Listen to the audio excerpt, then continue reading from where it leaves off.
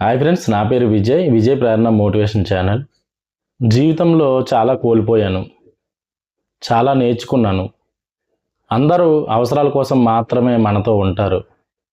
ఓడిపోతే గెలవడం నేర్చుకోవాలి, మోసపోతే జాగ్రత్తగా ఉండడం నేర్చుకోవాలి, చెడిపోతే ఎలా బాగుపడాలో నేర్చుకోవాలి.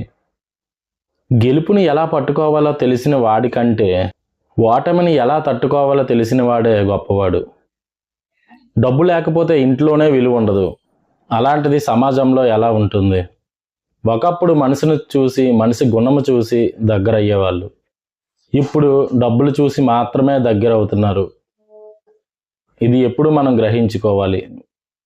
డబ్బు లేకపోతే ఎక్కడ కానీ మనకి విలువ అంటూ ఉండదు.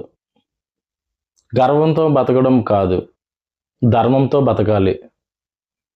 ఓడినా గెలిచినా ధర్మం వైపే నిలబడాలి.